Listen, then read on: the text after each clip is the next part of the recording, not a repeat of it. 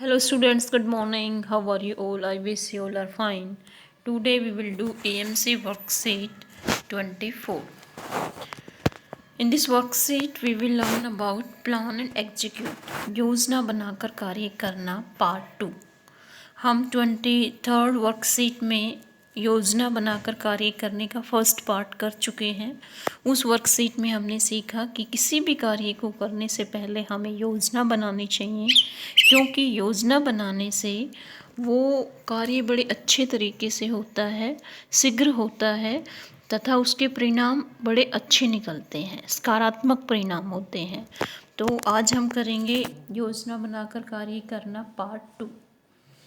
योजना बनाकर कार्य करना. ओके, तो ये वर्कशीट जो है एक एक्टिविटी के साथ ही शुरू होती है. इसमें हमें एक्टिविटी करनी है नाव बनाना. आप सब बच्चों ने बचपन में नाव बनाई होगी जब बारिश का मौसम आता होगा और आप लोग नाव बनाकर पानी में आपने छोड़ी होंगी. तो इस एक्टिविटी में इसकी जो फर्स्ट एक्टिविटी है योजना बनाकर कार्य करना पार्ट 2 की यही एक्टिविटी है कि आपको नाव बनाना है.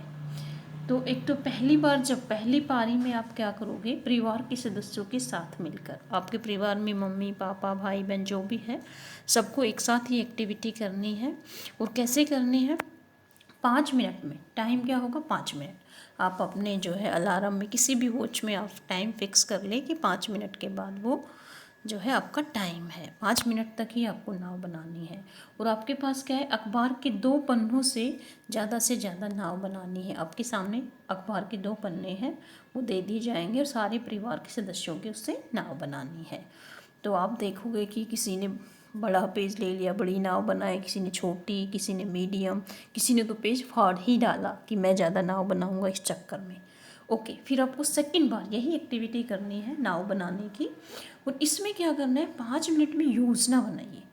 आपको 5 मिनट दिए जाएंगे प्लानिंग करने की, योजना बनाने की. तो उस योजना आप कैसे बना सकते हैं, अखबार के टुकड़ों को सेम आकार में काट सकते हो.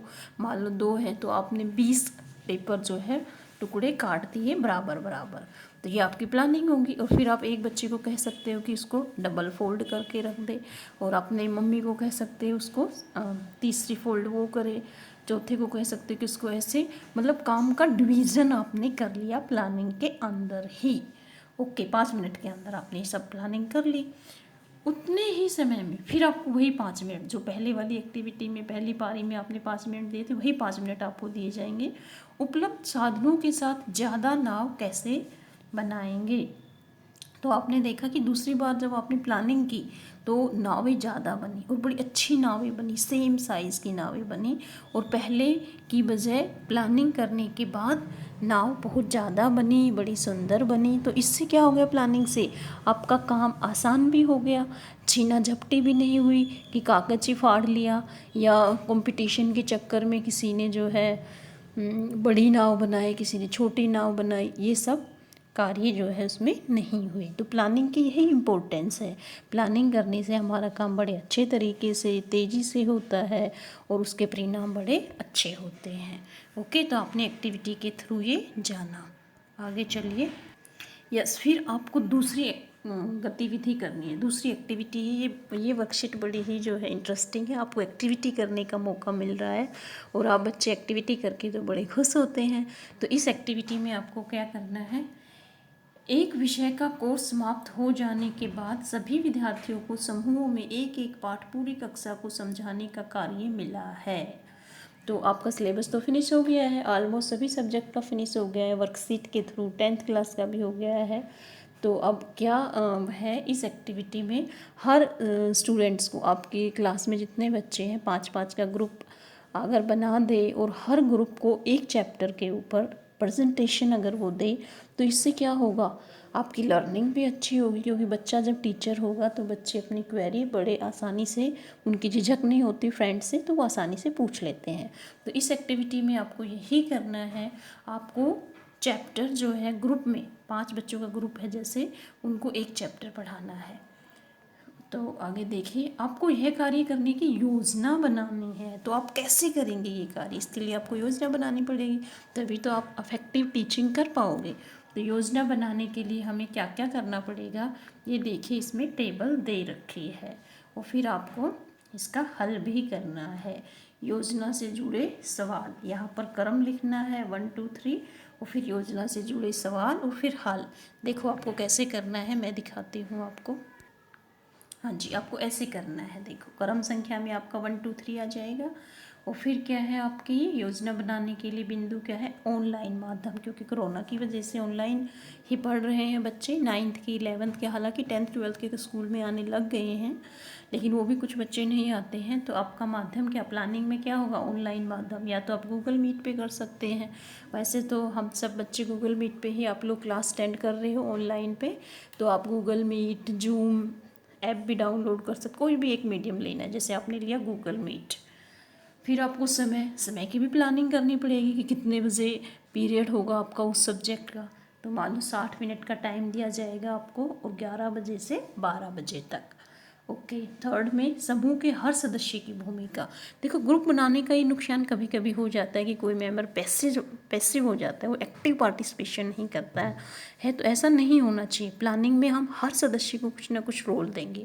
5 विद्यार्थियों के समूह बनाए और उनके पाठ दिए गए, पूरी क्लास के ग्रुप बना लिए 5 स्टूडेंट्स के और हर ग्रुप को एक चैप्टर दिया गया। फिर है पढ़ाने का तरीका। आप क्या कर सकते हैं ऑनलाइन, या तो स्क्रीन शेयर कर सकते हैं या चार्ट या पीपीटी बोर्ड भी दिखा सकते हैं आप। फिर 5वां है अन्य विद्यार्थियों से पूछे जाने वाले सवाल। और हर, देखो क्लास एक्टिव कब होती है, जब हर बच्चे से क्वेश्चन पूछा जाए और हर क्वेश्चन डिफ़िकल्ट भी हो, आसान भी हो, मीडियोकर भी हो, स्टूडेंट्स की नॉलेज के अनुसार, तो सारे स्टूडेंट्स एक्टिव हो जाते हैं। तो हमें क्या करना है, अन्य विद्यार्थियों से पूछे जाने वाले पर्सन, हर बच्चे की क्षमता के अनुसार पर्सन होने चाहिए, डिफ़िकल्ट भी, कम डिफ़िकल्ट, ईजी, हर तरह की, जिससे बच्चों का आत्मबल बढ़े, कॉन्फिडेंस बढ़े। Okay, feedback. जब 5 बच्चों के ग्रुप ने टीचिंग की तो उनका फीडबैक के लिए अगला ग्रुप, जैसे हमने 10 ग्रुप बना दिए 5 बच्चों का, तो पहले ग्रुप का जो है फीडबैक कौन देगा, तीसरे वाला देगा, तीसरे का 5वां वाला, ओड इवन करके हम ऐसे ग्रुप की जिम्मेदारी दे सकते हैं कि वो क्या क्या कमियां रही उनके पढ़ाने में, क्या उनका कंसेप्ट क्लियर नहीं था, इसमें अध्यापक की भी मदद ली जा सकती है। ओके, फिर है अन्य महत्वपूर्ण चरण। इसके अलावा जो है आप इसको और इंटरेस्टिंग बनाने के लिए इस एक्टिविटी को क्या कर सकते हो कि पाठ की समाप्ति पर विजेता घोषित करना, कि कौन सा ग्रुप जो है विनर रहा, किसने सबसे अच्छी प्रेजेंटेशन दी, ताकि अन्य ग्रुप में और अच्छा कर सकने की प्रेरणा बढ़े और वह आगे चलकर और अच्छा प्रदर्शन करे। प्राइज़ देने से क्या मोटिवेशन बढ़ता है और ग्रुप जो है और अपना अच्छा करते हैं जब उनकी सेकेंड टाइम टर्न आती है। ओके स्टूडेंट, तो आगे है इस वर्कशीट में, यस और इस वर्कशीट के अंत में देखो क्या है, आप लोगों को एक वीडियो देखनी है, बड़ी इंटरेस्टिंग से वीडियो है ये। अपने परिवार के सदस्यों के साथ दिए गए लिंक पर क्लिक करके मुंबई डब्बा वाला का वीडियो देखिए। डिब्बा वाला फेमस है ये मुंबई का, ये हर घर में डिब्बा पहुंचाने की कोशिश करते हैं, पहुंचाते हैं ये। तो उनकी क्या प्लानिंग है, कोई खाना बनाता है, कोई मार्केटिंग करता है, कोई टिफ़िन की डिलीवरी करता है, प्लानिंग के साथ सारा काम होता है। इसलिए डिब्बा वाला मुंबई में सक्सेसफुल है। वहाँ पर उन्होंने कैसे ये सारा अपना धंधा अपनाया, कैसे उन्होंने स्टार्टिंग में स्ट्रगल किया और फिर कैसे उन्होंने प्लानिंग की और कैसे उनकी प्लानिंग सक्सेसफुल हुई, ये सब जब आप इस ब्लू वाले लिंक पर आप क्लिक करोगे तो आपको ये पूरी वीडियो आपके सामने होगी। आपको अपने परिवार के सदस्यों के साथ ये वीडियो देखनी है। स्टूडेंट, जो ईएमसी की वर्कशीट है ये आपके लिए बड़ी इम्पोर्टेंट है। आपको ये लगता होगा कि हमारे एग्ज़ाम में तो कुछ आता ही नहीं है, लेकिन देखो आपकी परीक्षा तो सिर्फ आपके अंकों के लिए होती है, मूल्यांकन के लिए। जो आपकी पर्सनैलिटी है, आपका जो व्यक्तित्व है, वो इन विचारों के थ्रू, इस ईएमसी की वर्कशीट्स के थ्रू आपका निखरता है। आपके अंदर देखो इस वर्कशीट में भी आपको एक शिक्षा मिली है कि हमें कोई भी काम करने से पहले प्लानिंग करनी चाहिए। प्लानिंग करने से हमारा कार्य अच्छे तरीके से हो जाता है, जल्दी हो जाता है और हर कार्य का परिणाम जो है वो सकारात्मक निकलता है, क्योंकि उसमें प्लानिंग करने से आप ज़्यादा जल्दी नहीं करते, जिससे क्या होता है, जल्दी न करने से आपका काम जो है धीरे धीरे बड़े आसान तरीके से और अनुशासन के तरीके से आराम से हो जाता है, जिससे आप जो है प्रॉब्लम में नहीं आते और सारे काम जो है फटाफट कर लेते हो। तो आप सबको अपने जीवन में ये प्लानिंग का कंसेप्ट डाल लेना। जब आपके एग्ज़ाम आने वाले हैं तो आपको एग्ज़ाम के लिए भी प्लानिंग कर लेनी है, टाइम टेबल बना लेना है कि मुझे किस सब्जेक्ट को कितना समय देना है। और अब आपकी पढ़ाई के लिए ये पीक टाइम है, तो आप सबको टाइम टेबल बनाकर प्लानिंग करनी चाहिए पढ़ाई में भी, ताकि इस वर्कशीट का जो पर्पज़ है वो फुलफिल हो जाए। Okay student, thank you for watching, have a nice day.